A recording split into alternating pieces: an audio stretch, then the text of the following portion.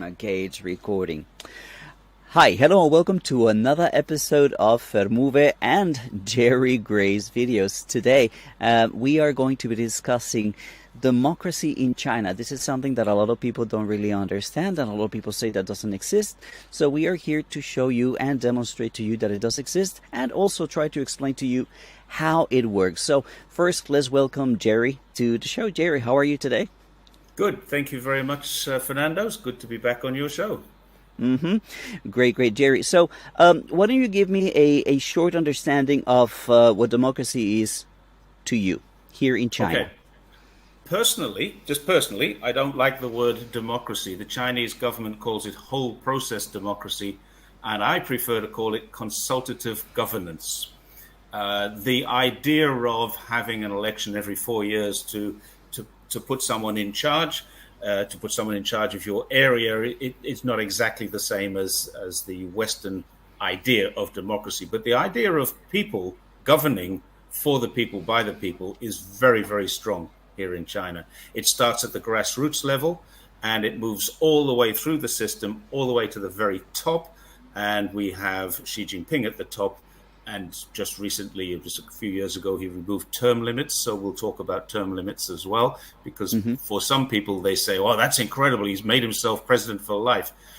We'll discuss that. And yeah, it's a very different scenario to the way that the elections are run in what they call the Westminster system, or a similar style of democracy to the Westminster system. I'm very familiar with the way the UK does it, and with Australia. And the only thing I know about American system is that is what I see on the news. And let's be honest, it certainly doesn't look like it's representative of the people. And I think that the Chinese system is representative of the people. I think that my understanding of democracy is by contrast of despotism. Basically, when the majority of people get to rule and determine what the country is going to be like, then you have democracy, and this is something that we do have here in China, and we see it taking place. Now, an important thing is to understand the relationship between those who rule and those who are ruled. China has two sides of democracy. You mentioned it earlier. One is the electoral process, which is democratic, and the other one is the consultative, or what they call the deliberative democracy, in which people are included in the decisions that are taken. So I would like to first start talking about the electoral democracy. This is how China or any other country decides the form, the shape of the state. Who is going to be doing what and who is going to be ruling what. It's how the nation, the country, decides how they're going to allocate power. Who's going to have the power to do this? Who's going to have the power to do that? And also how they implement different systems that are going to be applied and implemented throughout the country. So that's what the electoral democracy actually takes charge of. Now, when people ask, oh, there's no democracy in China, the first thing that you got to understand is that in the Chinese constitution, which is also in English, if you want to download it or read it, the term election and suffrage is mentioned, if I'm not mistaken, 29 times. It's something that exists and something that takes place. Now, how do the people actually exercise this sovereign power over the state? They do it by direct and by indirect election, and this is what you were talking about, these grassroots elections.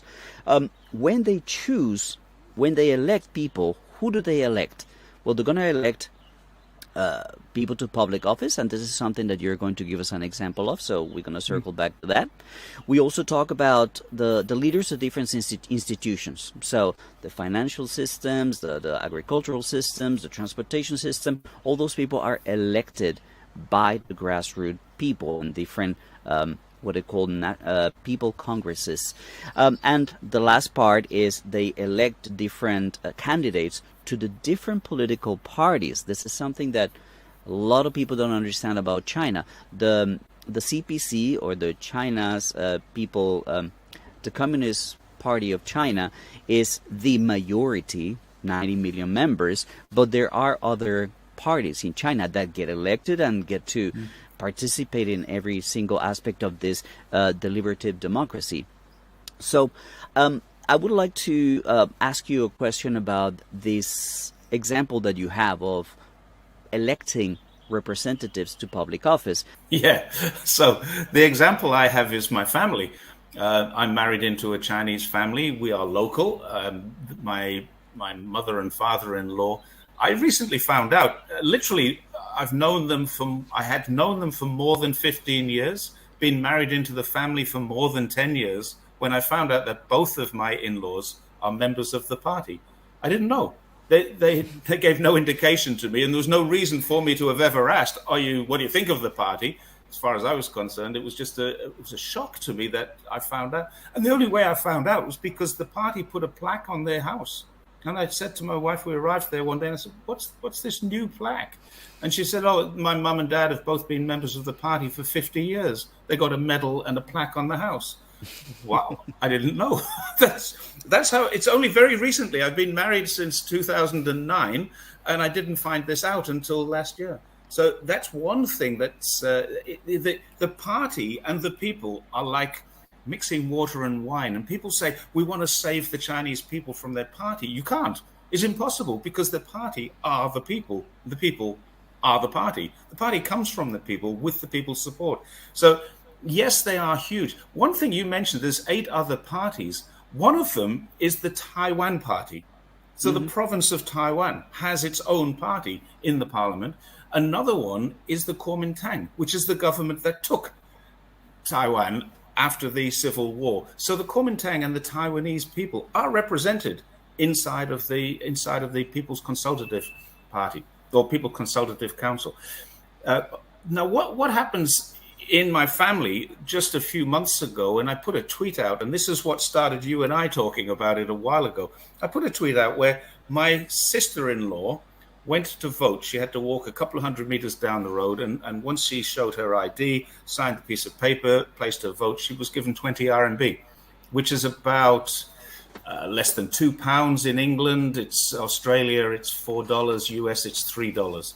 So that was a thank you from not the party, the government, for her going and doing her civic duty. And that's something I've never seen anywhere else. And the person she voted for is a family friend. It's someone they know quite well, who has been involved with their family for a long time and has helped in their society. And he got elected for the first time about 15 years ago, which was when I first met him. And I met him on a trip. We were out doing a charity trip. My wife and I had organized some activities, and we made some donations to charity. And as a result of that, we got taken to Guangxi, to a very, very poor part of the city of Baise, which is not a rich city at all. It's better than it used to be, I can assure you. You have? Okay. So it's not a rich city, but it's a lot better than it was in 2005 when we went there. And we were on the bus on the way there. It's a 10-hour drive, something like that. And this guy came and started chatting with us. And my wife introduced him as a former schoolmate. She'd known him since she was a child. He is now the person that they elect. He's a member of the Chinese People's Political Consultative Party or group. And he goes up to Beijing to sit in the big building in Tiananmen Square and help to deliberate on things. He's got that position because many years ago, he started helping the community. When the community wanted to elect someone to represent them, they elected somebody who was a proven track record of helping the community.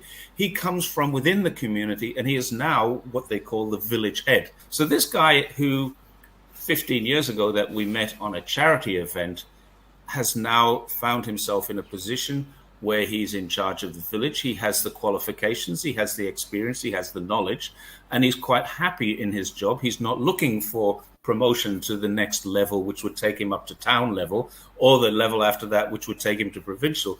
He's very happy staying in the village and looking after his own community. And that's what I mean by grassroots. Here is a man who has dedicated his life to helping his own community, and not really interested in any aspirations for political power. He doesn't have. He lives in a nice house and he drives a car, but he doesn't have riches. He certainly, if he did, he's hiding them very, very well. So that's the other thing. You've got these people who do work at the grassroots level and they stay there and they're quite comfortable and happy there. I'm quite certain he could get promoted if he wanted to, but he lives in the village. It's his home. Why should he move? Very, very true. We were talking in preparation about, and this is something that you mentioned, so I'm stealing your idea. Sure. When people get elected, and we don't want to actually do a comparison with the West. We may have to, and we will do it in this moment, but we just want to talk about the Chinese system. But in the West, when people get elected, they get elected on promises. When people get elected here in China, and this is what you said, they get elected on track record. Look what I have accomplished. Look what I have done. And this is what makes me deserving of an opportunity to represent or to move up to the next stage. Now, I want to mention something. People will say, oh, this is just telling us your stories. But as I said earlier, you can actually go to the Chinese Constitution, download the English version, and read Article 3. Article 3 says that the National People Congress is elected by the local congresses. Article 34 says that anybody that is 18 years of age or older can vote or get elected. Article 62 of the National People's Congress says that they are the ones who choose the president, the vice president, the chair of the military commission, and the president of the Supreme Court, as well as the chief procurator. This is all on things that you can go and check. This is the Chinese Constitution that you can read in English. And perhaps the most important article, and this is where you get the grassroots election, is Article 7, where all the deputies to all the different people congresses, which means at all levels, national, provincial, city, county, district, they are elected by the next lower level. Basically, it goes from the bottom up. That's why I think that the essence of the electoral and deliberate democracy in China is the People Congress at all levels. That's what a lot of people don't understand. You need to be both popular, and if you're popular but you're not successful, then you'll never get elected to the next level. You need to be good at your job, and you need to be popular enough to have people say, let's push this guy forward because he's going to be good for the greater community. A lot of people want to see direct election. They say, oh, but you cannot choose your president. No, it's done by representation. But when these people are electing who is going to represent them at grassroots levels, at the People's Congress in their community or in their township, they are choosing them for two reasons. Number one, because they can run things. They have proven that they can run things. And the second thing is that they trust them that they can choose the next level up properly. They entrust them with that power as well. And that's where the power of election by representation comes. The essence of democracy, again, as I said, here in China, is the People's Congress at all levels. I want to mention one particular article that I think is going to help us to connect to the next topic, which is the next elections, and she's very likely re-election on a next term, is Article 101 of the Chinese Constitution that actually gives the power to all people's congresses at all levels, again, as I said, national, provincial, city, town, to recall their leaders. So they can actually dismiss and tell them you're no longer the governor, you're no longer the mayor, you're no longer the vice mayor, if they're not performing. And one of the reasons why I want to discuss that, and perhaps we can move on to that next stage of our discussion, this next elections, the upcoming elections, is assessing Xi's performance. And we got to look at so many different aspects when we evaluate what he has done. He has been dealing with attacks. We're talking about what took place in Hong Kong. We're talking about what took place in Tibet, what is taking place in Xinjiang, what is taking place in Taiwan. How has he performed? And how is going to reflect on his successful candidacy or re-election come November? You also need to think about how he has dealt with the sanctions, how he has dealt with the bans, how he has dealt with, well, some internal affairs, like, for example, Evergrande, Alibaba, this educational reform that has me out here traveling, how he has handled COVID. So I think that it's important for us to go and talk about each and every one of those and touch ever so briefly on all of those. So why don't we talk about the assessment of his work as president of the last, 5, 6 years? Well, what he's could you been tell us? president for 9 years and so many months. November will be 10 years he'll have been president. I think he's coming up for re-election, and I personally think, based on, and this is anecdotal, based on what I've heard around the houses and talking to people, he's extremely popular. It would be very unlikely for him to be voted out. I think you and I are both aware of the Harvard Business Review. The Harvard Ash Center did a 13-year study, and they found that faith and satisfaction in central government has improved markedly since Xi Jinping came to power. Every year is getting better. And this was 2 years ago, 3 years now, 2019. He was at 90, or central government was at 95%. And I'll be honest with you, I would say it's higher than that now.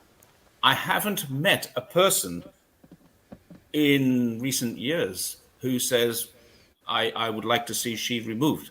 Every single person I've ever spoken to in China says the same thing. Now, there'll be people who say, you can't say differently. If you say that you'd like to see Xi removed, you get put in prison. This kind of thing. I can assure you, that's laughable to Chinese people. Why would I get put into prison for saying something like that? If you mention that to them, some people say this, they'll just look at you if you're crazy. They just don't believe that people think that. And that's a fact. It's all over Weibo that people. Yeah, love they haven't them. had access to Chinese social media. That's what they haven't seen. They haven't. And right now there are some COVID issues. There's a huge outbreak in Shenyang. There's a huge outbreak in Shanghai. There's smaller outbreaks dotted around the country, and there have been quite a lot of complaints about procedural complaints. There have been some mistakes made. There have been some animals killed. There have been some children separated from their parents. Every single one of these is all over Weibo. Now, people on the outside who are reporting this are getting their information from Weibo or from some Chinese social media. So it's all over Chinese social media. When the government does something wrong, it's not a secret. It's all over the place. People are criticizing. So if you're going to be looking at this is getting slightly off topic here, but it's worth remembering. If someone is reading a newspaper article that somebody's dog got killed or somebody's child was separated or somebody did something wrong during this process, look at the source. Where is the source? It's coming from Chinese social media. Now, what does that tell you about the claim that Chinese people can't complain? The claim is complete bunkum. Chinese people do complain all the time. What they're not complaining about is the strategy of zero COVID. The strategy is accepted by everybody because they've seen the United States has lost more than 1 million people. More than 1 million people. China has lost less than 5,000 so far, and only 2 of them in the last 12 months. So that's what COVID zero difference is. America has got 320 something million people, and it's 1 million less, and their life expectancy has reduced by 1 year because of the deaths. Because of that, Chinese life expectancy has increased to being higher than the United States. The richest, most powerful country in the world has a lower life expectancy than China. Just think about that for a moment. Now, who did that? The person we're talking about did that. Every single person that I've spoken to in China has got gripes about going for tests, has got gripes about being locked down. Yeah. They've got gripes about being quarantined. They've got gripes about not being able to travel. I mean, there is not a single person that I've yet found who has a bigger gripe than me. I lost my son. He died, and I saw him buried on video. You don't get bigger gripes than that. I hated that process, going through that. But you've got to do that. That's what COVID zero does. And, was I complaining? Yes, of course I was. But was I complaining about the strategy, or was I complaining about the inconvenience to my own personal life and my family? That's what I was complaining about, not the strategy. The strategy is good. So COVID is not an issue in terms of Xi Jinping's power. So the next thing you say is, well, because of COVID, almost every economy in the world is collapsing. Well, no, China's grown. It grew by 2% last year, and it's grown so far month on month this year. Everything is going according to plan. So we're also seeing, well, if that's the case, then surely there's going to be food shortages. Well, they've locked down Shenyang, which is a city. They've locked down Shanghai, which is a city. They locked down parts of Shenzhen, a big city. But they didn't have farmers locked down. They didn't have delivery guys locked down. There are no food shortages in China. The only food shortages are the food shortages that they have because they can't get deliveries from overseas. And because of circumstances, China has stockpiled against that situation. And then we've got the term limit thing. Mm-hmm. Do you have any comments on the term limits? Before we go into the term limits, I think that when you look at the national sentiment, if we were thinking about, okay, let's assess Xi Jinping's performance this previous term, think about what he has done in terms of handling the attacks of Hong Kong. The result of how that was handled surprised everybody. I remember in my local circle of people saying, like, when are they going to send the PLA? Yeah. They didn't. They handled through legislation. They handled it through, well, the independence that Hong Kong maintained. And the result was, well, very minimal. I think that only 2 people died. The police. None of them at the hands of the police.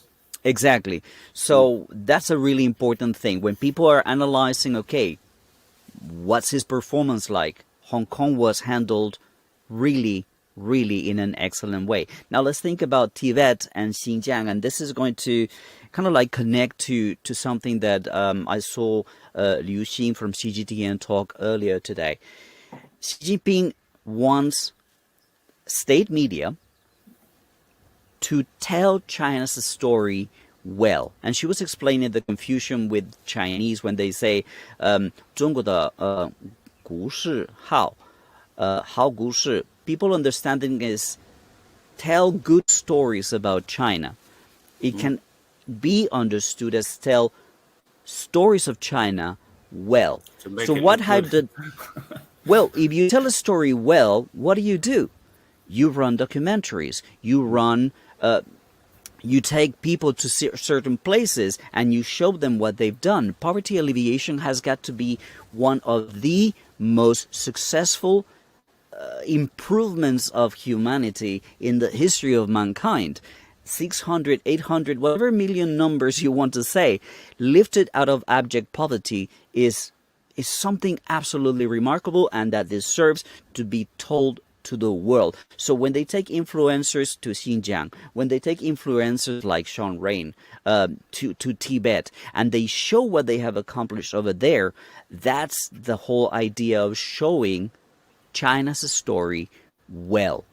So it's an important thing to emphasize that there is freedom of speech, and the fact that there's state media telling people how things are is really a key factor. And here we go. Another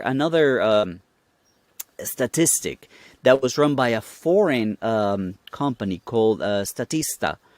They found out that Chinese people trust their media at around 80% of people do that. So that's not Chinese people saying, oh, Chinese people trust Chinese media. It's a foreign entity doing a survey and finding out that 80% of the Chinese people trust the media. So that's an important thing. Another thing that is important to analyze when we look at the assessment of his performance is how he has handled Taiwan. He has said it again and again that what he wants is peaceful reunification. And the world out there goes out and says all these stories, oh, they're going to invade, they're preparing. No, Hear it from the person himself.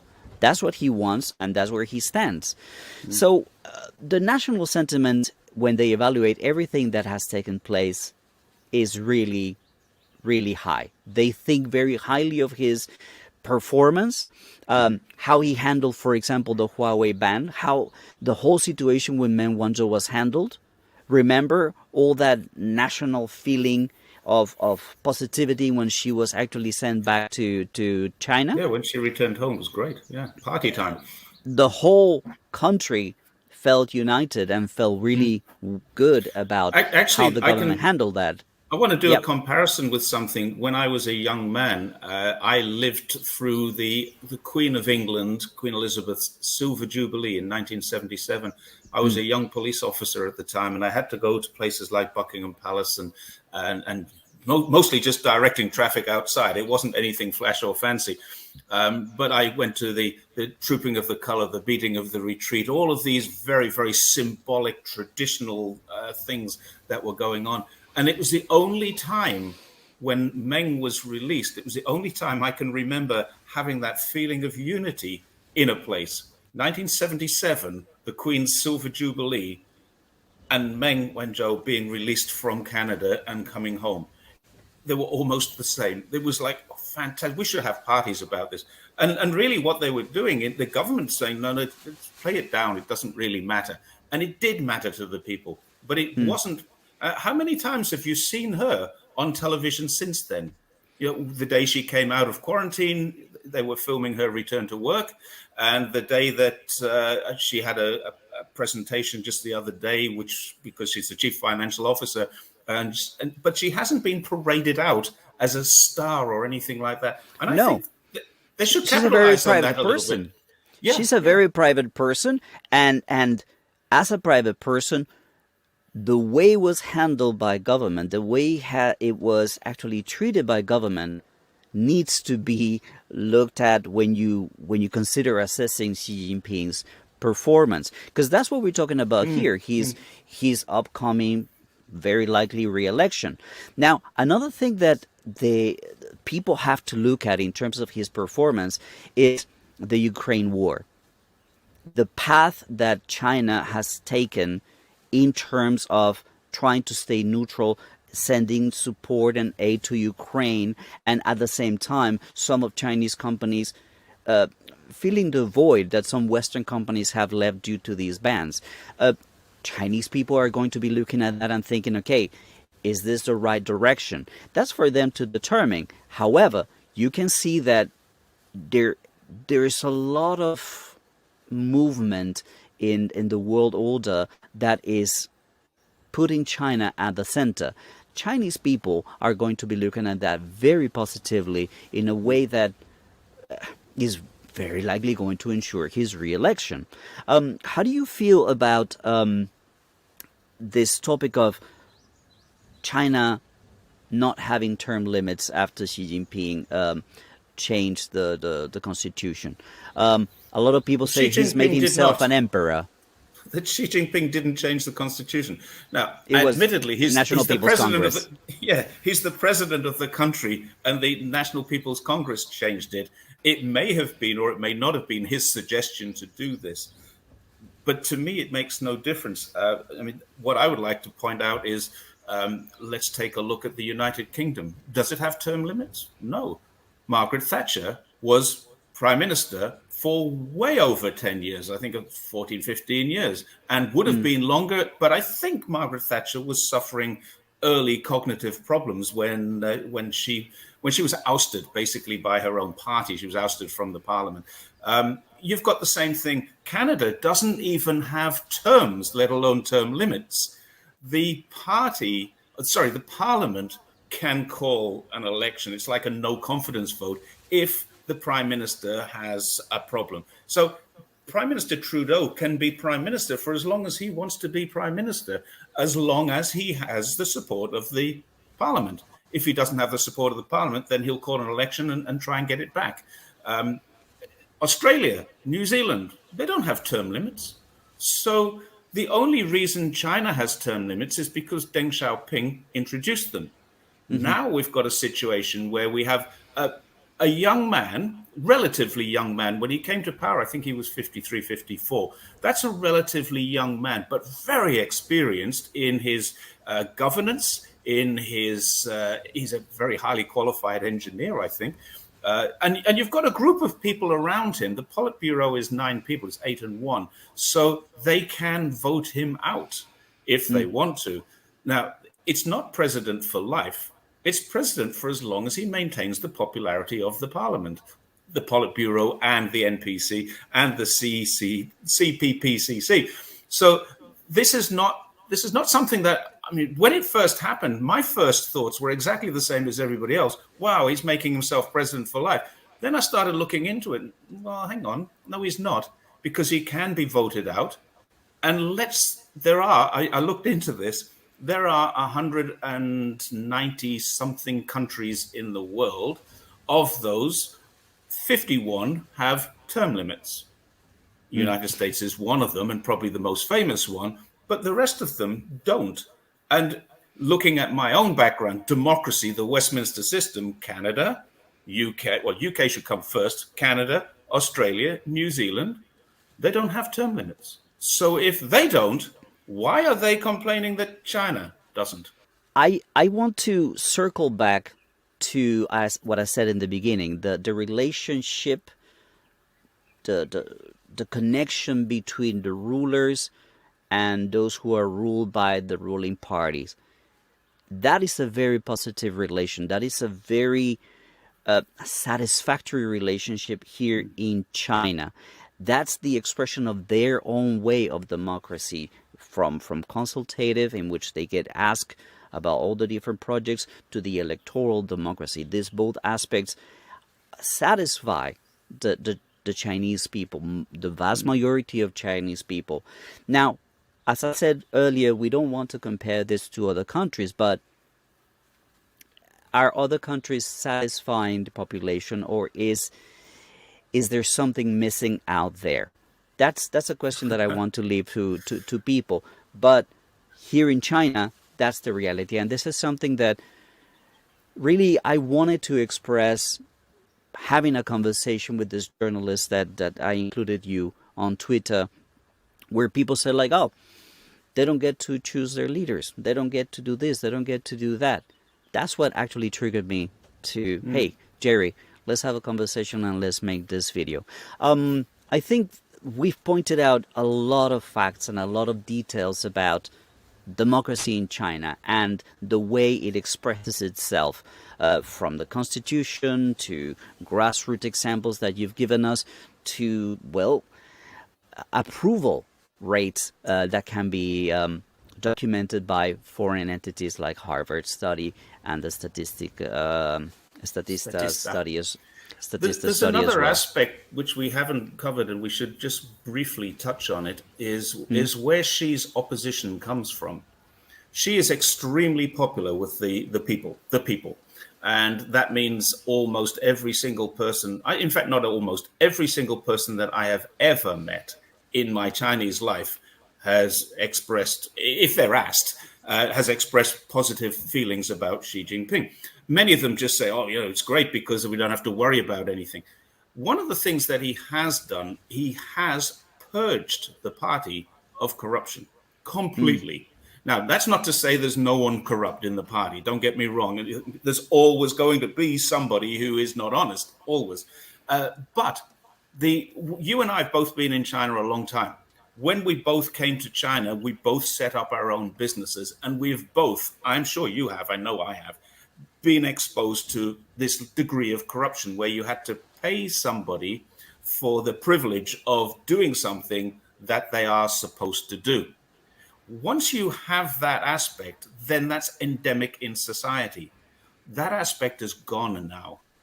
It was also a problem where if we were taking out, and quite often, I was a senior teacher in a school, and it was an international school, and the local government would take us out to do wining and dining. And it was a huge night, massive amounts of expense, loads and loads of serving staff, and then onto the karaoke bars afterwards. And it was just a huge, great, corrupt system of entertainment. And it really was, taxpayers were paying for this. Xi Jinping, on his very first week in office, says no more Mao Tai at government dinners. Mao Tai is the rice wine which costs 1 or 2,000 RMB a bottle. No more dinners with any alcohol came later. Then no more waste with dinners. If you're going to dinner and there's 10 people, you order 10 dishes, not 40 dishes. And things like that started to change. And the money that the government had was being better used in better places. And the people who wanted to use government services were much better serviced by a government that could not take a red packet. You couldn't give. Now you cannot give any member of the public service, any civil servant, public servant, government employee, whatever you want to call them. If they are caught taking something, that's their job gone, their livelihood gone, their pension gone, everything is gone. So most people now are very happy. They've got good salary. They're getting better working conditions than they ever used to have. They've got better economic, better lifestyle, better health, better education, very, very low crime rates in China. The death rate, murder rate in China is 0.04 per 100,000. And the clear-up rate is 100%. Almost every murder in China now is a domestic murder, and they're getting cleared up quite quickly. And compare that to 7.4 in the United States. You start to see that this is a great place for people to live because it has great leadership. And only one person has done that. Before him, Hu Jintao didn't do it. Before him, Jiang Zemin didn't do it. These corruption and the crime and everything like that were endemic in society. So that's probably his biggest factor. But what it's done is created many enemies for him. Those people who managed to escape China with their money intact are living overseas, telling everybody how terrible China is, but nobody's asking them, where did you get all your money? You were a public servant. And here you are living in a 5-bedroom house with a swimming pool and 3 BMWs and a Mercedes-Benz out the front. Where did you get your money? And why do you dislike Xi Jinping?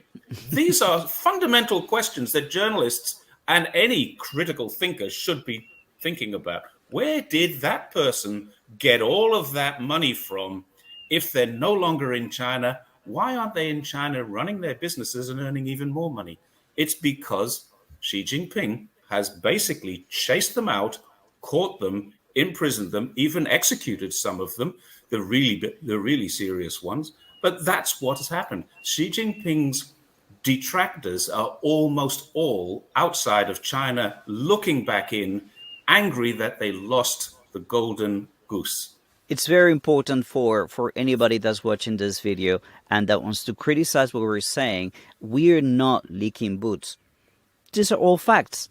I mean, you want to argue with anything that we're saying, just leave it a comment. Let us know where we are wrong, where we are saying something that is not true and that is not factual. That's what we want to make this video, because there's a lot of misinformation out there, and we want you to be able to see from people who know, who have done a little bit of research, like downloading the National Constitution of China in English, that what you're hearing, what you're being told is not true.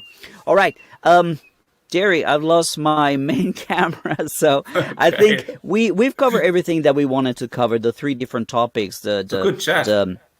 The electoral democracy, the deliberative democracy, and these upcoming elections in November, and the importance of meritocracy, the importance of having leaders and representatives in the National People's Congress who are engineers, problem solvers, people who have been elected given out the track record, not the promises, and compared to other countries where most of them are just lawyers. They're here to serve, they're here to solve, they're here to make life better, not to just find roundabouts and loopholes in which a certain class, a certain hierarchy of society can benefit while the others struggle. All right, guys, that's all the time we have today. Thank you, Jerry, so much for joining in today. We have a lot of technical issues. This was a great video. So, yeah, Let us know what you think, and remember to subscribe to Jerry's channel. The link is in the description down below. Subscribe to my channel if you want, and follow us on our social media. Also, those links will be in the description down below. Jerry on Twitter now has 2 Twitters. And if you want to know what I'm doing out here in this beautiful place, also click the links in the description down below. Any final thoughts, Jerry, or goodbyes? I think the final thought is that there is going to be an overwhelming victory, if you want to call it that, an overwhelming support for Xi Jinping. I don't think there's any risk of him being voted out. And it's not because people are afraid. It's because people are supportive of a man doing a brilliant job. Every single metric that you can measure, every measurable metric is improving inside of China. And that's with all of those other things going on outside of China. So I think he's doing a pretty good job, and we're going to see that when it comes to, I think it's either late October, early November, when the election time comes, and he'll get another 5 years. Sure. All right. Well, guys, that's it for today. Thank you so much. And until we see you again, take it easy and bye for now.